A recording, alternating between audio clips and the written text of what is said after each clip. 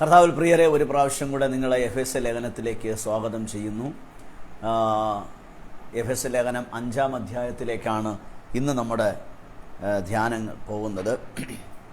ദൈവത്തെ അനുകരിപ്പാനുള്ള ഒരു ആഹ്വാനമാണ് ഈ അധ്യായം തുടങ്ങുമ്പോൾ പൗലോസ് അപ്പോസ്തലൻ നമുക്ക് നൽകുന്നത്. A call to imitate God. ചില പരിഭാഷകളിൽ ഇമിറ്റേറ്റ് ഗാഡ് എന്നും മറ്റു ചില പരിഭാഷകളിൽ ഫോളോ ഗാഡ് എന്നും, ദൈവത്തെ പിന്തുടരുക, ദൈവത്തെ അനുകരിക്കുക എന്നുമാണ് പറഞ്ഞിരിക്കുന്നത്. മലയാള ബൈബിളിൽ പ്രിയ മക്കൾ എന്ന പോലെ ദൈവത്തെ അനുകരിപ്പിൻ. ഈ ആദ്യത്തെ 4-5 വാക്യങ്ങളിൽ പ്രത്യേകിച്ച് ചില മാർഗനിർദ്ദേശങ്ങൾ അദ്ദേഹം നൽകുന്നത് സെക്സ്വൽ ഇമ്മോറാലിറ്റി, ലൈംഗിക ധാർമ്മികത്വം, അശുദ്ധി, ദ്രവ്യാഗ്രഹം, ഇതൊന്നും നിങ്ങളുടെ ഇടയിൽ പേർ പറക പോലും അരുത്. എന്തുകൊണ്ട് അദ്ദേഹം ഈ ഭാഗത്ത് ആദ്യം ഉപയോഗിച്ചിരിക്കുന്ന ഒരു പദം ദുർനടപ്പെന്ന് മലയാളം ബൈബിളിൽ കൊടുത്തിരിക്കുന്നെങ്കിലും അതിന് ഇംഗ്ലീഷ് പരിഭാഷകളിലെല്ലാം തന്നെ സെക്സ്വൽ ഇമ്മോറാലിറ്റി എന്നാണ് പറഞ്ഞിരിക്കുന്നത്. എഫെസോസ് പട്ടണം എന്ന് പറയുന്നത് നമുക്കറിയാവുന്നതുപോലെ ചരിത്രപ്രധാനമായ അർത്തമീസ് ദേവിയുടെ ലോകപ്രസിദ്ധമായ ഒരു ക്ഷേത്രം നിലനിന്നിരുന്ന സ്ഥലമാണ് എഫെസോസ്. എഫെസോസ് ഒരു കോസ്മോപോളിറ്റൻ സിറ്റി ആയിരുന്നു. പല മതങ്ങളും പല സംസ്കാരങ്ങളും ഒരുമിച്ച് ഇഴുകിച്ചേർന്നിരുന്ന ഒരു പട്ടണമായിരുന്നു എഫെസോസ് പട്ടണം. അതിലെ പ്രധാനപ്പെട്ട ഒരു ക്ഷേത്രമാണ് ഗ്രീക്കുകാരുടെ ക്ഷേത്രമായ, അല്ലെങ്കിൽ ഗ്രീക്കുകാർ ഡയാന എന്ന് വിളിക്കുന്ന അർത്തമിസ് ദേവിയുടെ ക്ഷേത്രം. അത് ലോകപ്രസിദ്ധമായ ലോകാത്ഭുതങ്ങളിൽ ഒന്നായിരുന്നു എന്ന് തന്നെയാണ് ചരിത്രം പറയുന്നത്. അവിടുത്തെ ഏറ്റവും പ്രധാനപ്പെട്ടൊരു കാര്യമെന്ന് പറയുന്നതാണ് സെക്സ്വൽ പെർവേർഷൻ. അവിടെ അത് അനുവദിക്കപ്പെട്ടിരുന്നു. ക്ഷേത്രത്തിൽ വരുന്ന സ്ത്രീകളുമായി ആർക്കും ലൈംഗിക ബന്ധത്തിലേർപ്പെടാം. ലൈംഗിക ബന്ധം ഒരു കുത്തഴിഞ്ഞ രീതിയിൽ ആർക്കും ആരോടും ലൈംഗിക ബന്ധത്തിലാകാം, എത്ര സ്ത്രീകളോടും എത്ര പുരുഷനോടും ലൈംഗിക ബന്ധത്തിലാകാം എന്നുള്ള തരത്തിലുള്ള ഒരു ലൈംഗിക അധാർമികത്വമാണ് എഫെസോസ് പട്ടണത്തിൽ നിലനിന്നിരുന്നത്.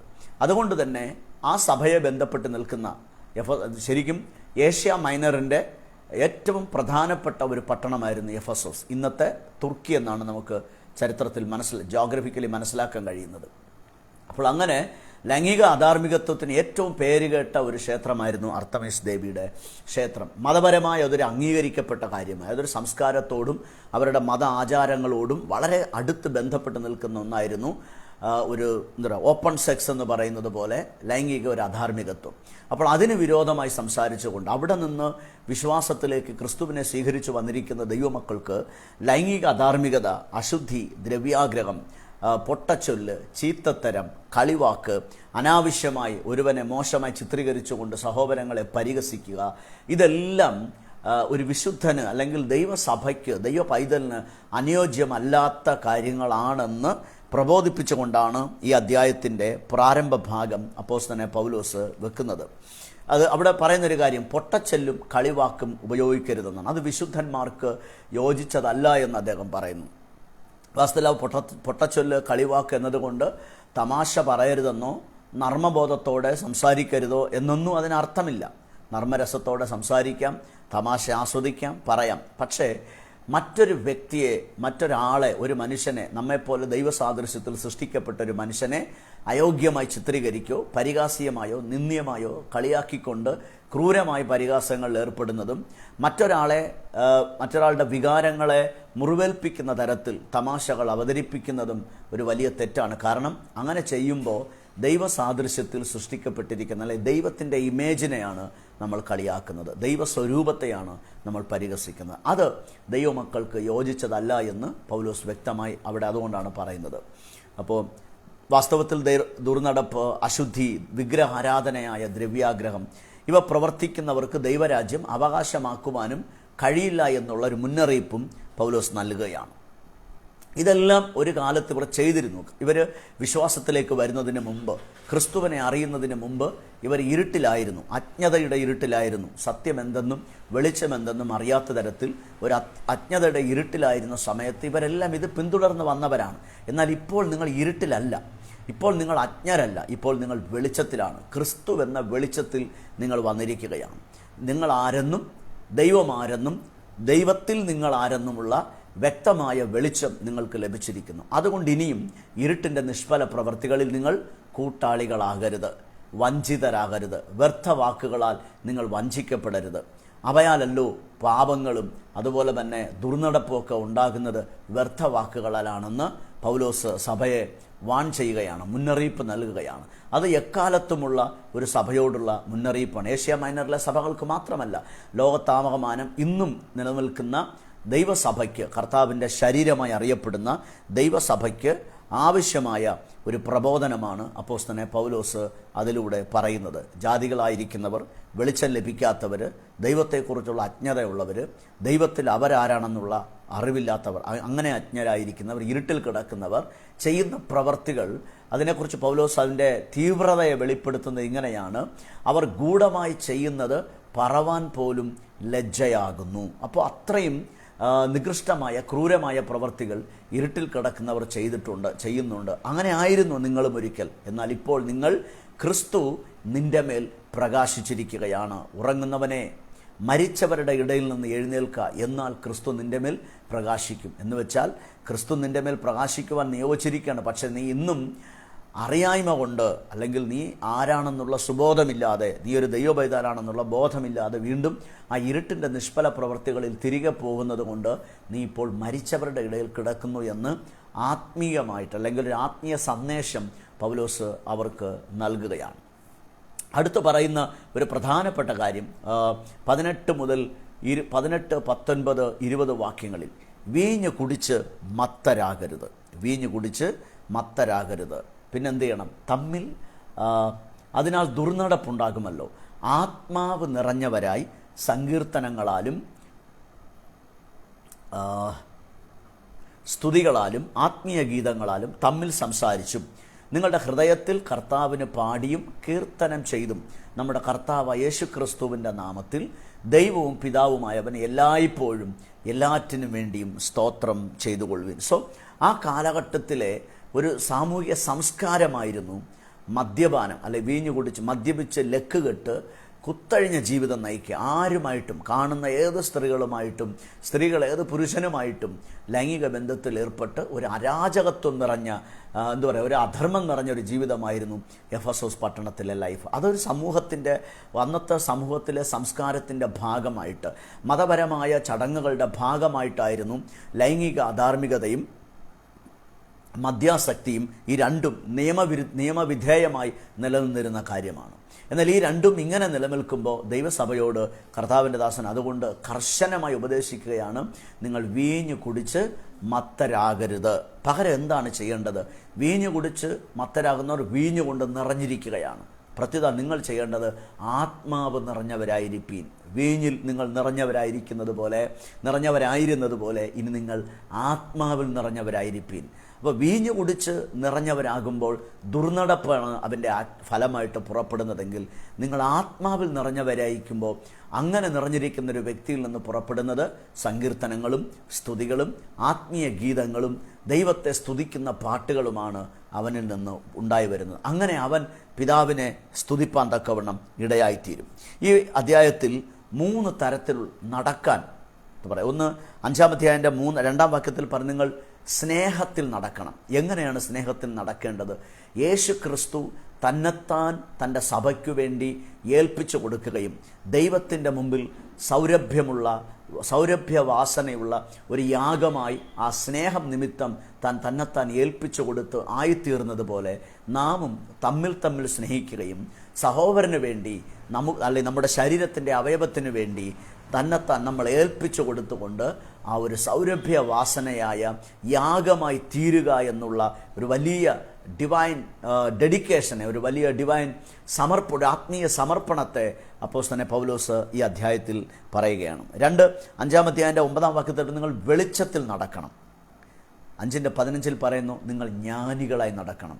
പഴയ മനുഷ്യനെ പോലെ അജ്ഞാനികളായി നടക്കരുത്, ജ്ഞാനികളായി ഈ 3 തരത്തിലുള്ള നടപ്പിനെക്കുറിച്ച് പൗലോസ് ഈ അധ്യായത്തിൽ കൈകാര്യം ചെയ്യുന്നുണ്ട്.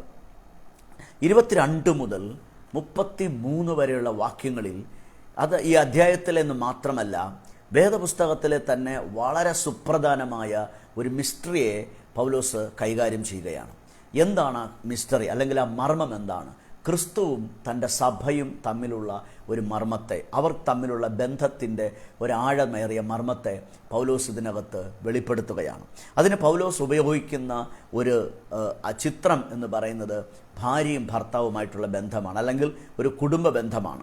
നമുക്കറിയാം, കഴിഞ്ഞ അധ്യായം മുതൽ മൂന്ന് മുതലുള്ള അധ്യായങ്ങളിൽ പൗലോസ് അനേക മാർഗനിർദ്ദേശങ്ങൾ, പ്രാക്ടിക്കൽ ഇൻസ്ട്രക്ഷൻസ് സഭയ്ക്ക് നൽകുകയാണ്. അതുപോലെ ഈ ഭാഗത്തേക്ക് വരുമ്പോൾ കുടുംബത്തിന്, അല്ലെങ്കിൽ ഒരു ഡിവൈൻ ഫാമിലി ലൈഫ്, ഒരു ദൈവിക കുടുംബജീവിതത്തെക്കുറിച്ചുള്ള പ്രാക്ടിക്കൽ ഇൻസ്ട്രക്ഷൻസുകളാണ്, പ്രായോഗിക നിർദ്ദേശങ്ങളാണ് പൗലോസ് കൈകാര്യം ചെയ്യുന്നത്. അവിടെ എന്താണ്? ക്രിസ്തു സഭയുടെ തലയായിരിക്കുന്നത് പോലെ പുരുഷൻ സ്ത്രീയുടെ തലയാകുന്നു. ഭാര്യമാരെ കർത്താവിനെന്ന പോലെ സ്വന്തം ഭർത്താക്കന്മാർക്ക് സകലത്തിലും കീഴടങ്ങിയിരിക്കണം. അപ്പോൾ സഭ ക്രിസ്തുവിന് കീഴടങ്ങിയിരിക്കുന്നത് പോലെ, അവിടെ എല്ലാം സഭയെയും ക്രിസ്തുവിനെയും കോട്ട് ചെയ്തുകൊണ്ടാണ് കുടുംബജീവിതത്തിൻ്റെ ചിത്രത്തെ പൗലോസ് വരച്ചു കാണിക്കുന്നത്. സഭ ക്രിസ്തുവിന് കീഴടങ്ങിയിരിക്കുന്നത് പോലെ ഭാര്യ തൻ്റെ ഭർത്താവിന് കീഴടങ്ങിയിരിക്കട്ടെ. കാരണം സഭയുടെ തല ക്രിസ്തു ആയിരിക്കുന്നത് പോലെ ഭാര്യയുടെ തലയും ക്രിസ്തുവാകുന്നുവെന്ന് പൗലോസ് അവിടെ പ്രബോധിപ്പിക്കുകയാണ്. ക്രിസ്തു സഭയുടെ തല മാത്രമല്ല, അവളുടെ രക്ഷിതാവും കൂടെയാണ്. അതുപോലെ ഭർത്താവ് തല മാത്രമല്ല, രക്ഷിതാവും കൂടെയാണെന്നുള്ളത് കൊണ്ട് ഭർത്താവ് ഭാര്യയെ സ്നേഹിക്കേണ്ടത് എങ്ങനെയാണെന്ന് പൗലോസ് ഇവിടെ പഠിപ്പിക്കുകയാണ്. ക്രിസ്തു തൻ്റെ സഭയെ സ്നേഹിച്ചതുപോലെ ഭർത്താവ് തൻ്റെ ഭാര്യയെ സ്നേഹിക്കേണ്ടതാകുന്നു.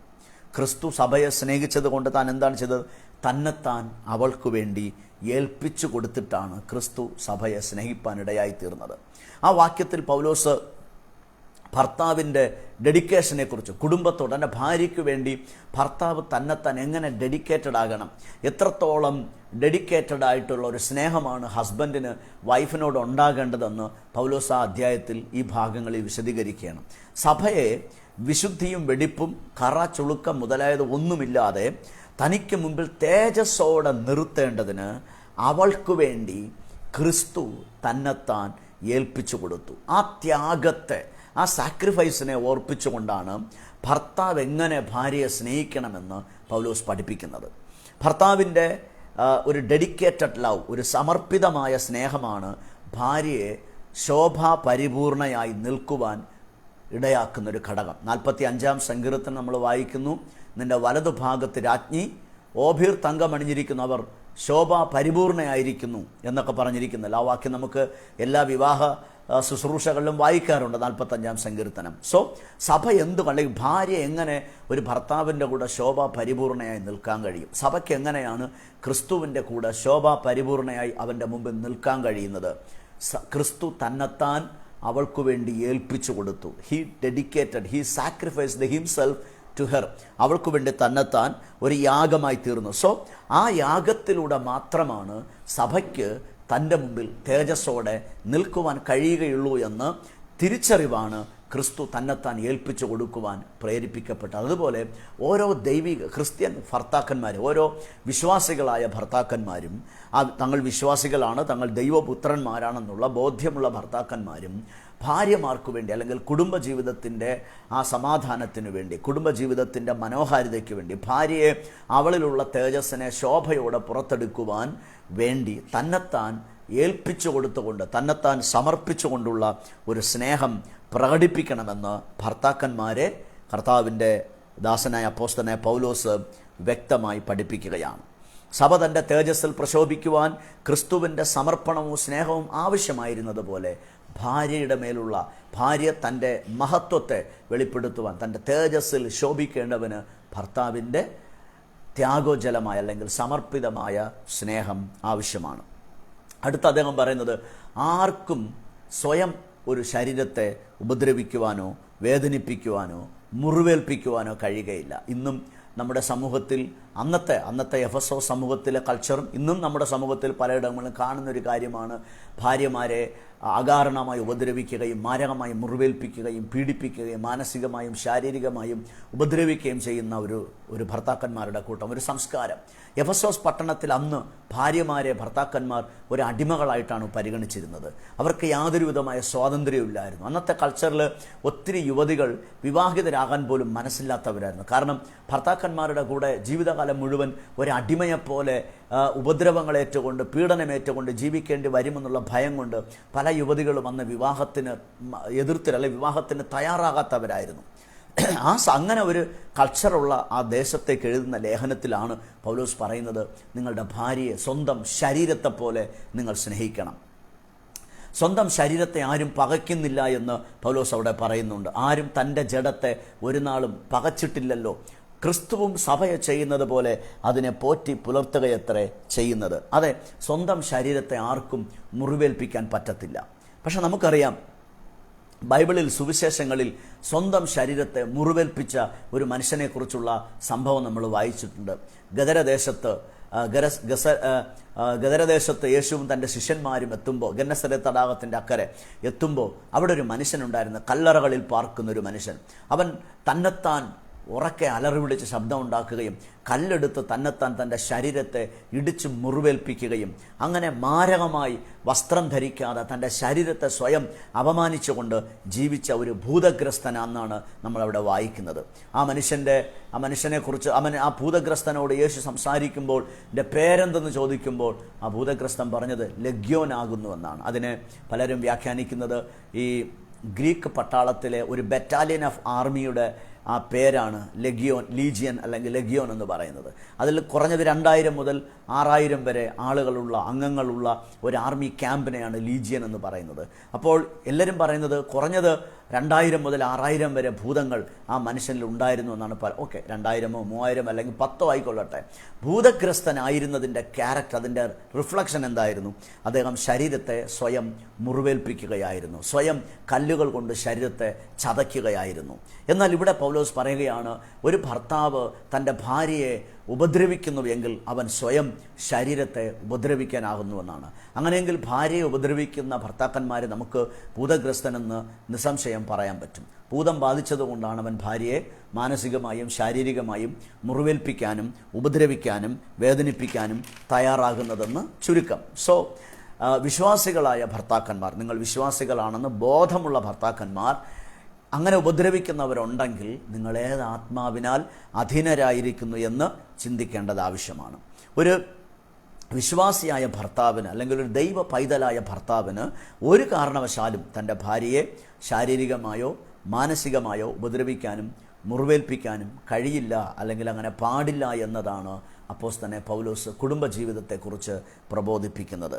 പ്രത്യുത അവളെ സ്നേഹിച്ച് പോറ്റിപ്പുലർത്തി താങ്ങി പണിത് അവളുടെ അടുക്കൽ ഇറങ്ങിച്ചെന്ന് അവളെ ശോഭാപരിപൂർണയാക്കുവാനുള്ള എല്ലാ പരിശ്രമവും എടുക്കുവാൻ ഈ ഭർത്താവ് ഉത്തരവാദിത്വപ്പെട്ടവനാണ്.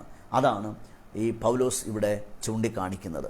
ഭാര്യയുടെ ഉത്തരവാദിത്വം എന്താണ്? ഭാര്യയുടെ ഉത്തരവാദിത്വം 2 പ്രാവശ്യം ഇവിടെ എഴുതി. ഒന്ന്, നിങ്ങളുടെ കർത്താവിനെന്ന പോലെ, അതിന് 22-ാം വാക്യത്തിൽ ഭാര്യമാരെ കർത്താവിനെന്ന പോലെ സ്വന്തം ഭർത്താക്കന്മാർക്ക് കീഴ്പ്പെടുവിൻ. അതിൻ്റെ 32 ലാസ്റ്റ് വേർഡ് പറയുന്നു, അങ്ങനെ തന്നെ ഓരോരുത്തൻ താൻ്റെ ഭാര്യയെ തന്നെപ്പോലെ തന്നെ സ്നേഹിക്കണം, ഭാര്യയോ ഭർത്താവിനെ ഭയപ്പെടേണ്ടതാകുന്നു. എന്ന് വെച്ചാൽ ഭയപ്പെടുക എന്ന് പറഞ്ഞാൽ പേടിച്ച് പറച്ചിരിക്കുക എന്നുള്ള അർത്ഥത്തിലല്ല, ബഹുമാനിക്കേണ്ടതാകുന്നു, റെസ്പെക്റ്റ് ചെയ്യണം, ഓണർ ചെയ്യണം എന്നുള്ള അർത്ഥത്തിലാണ് അവിടെ ഭയപ്പെടുക എന്ന് പറഞ്ഞിരിക്കുന്നത്.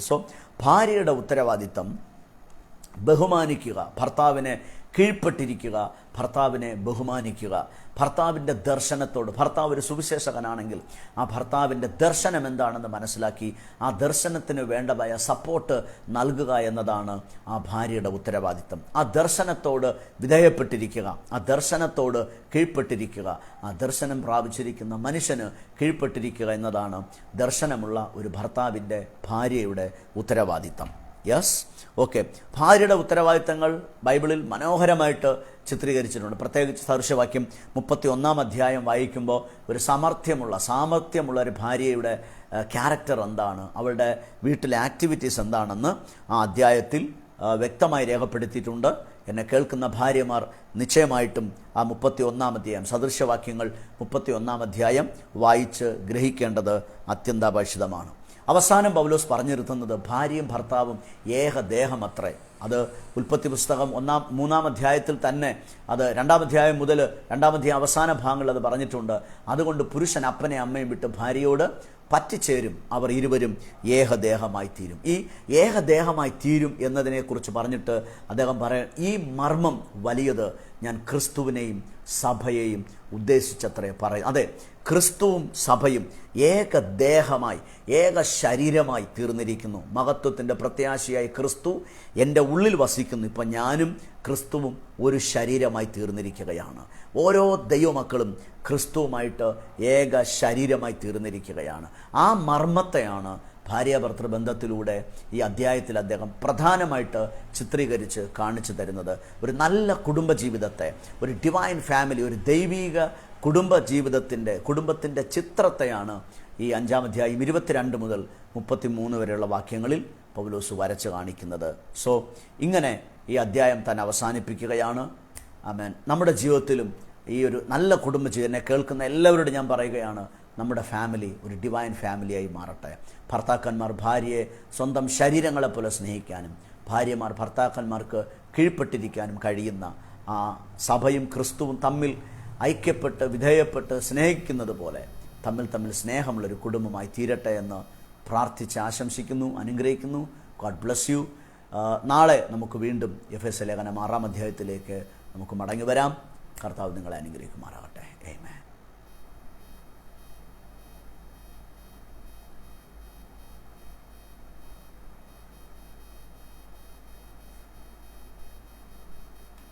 ആയി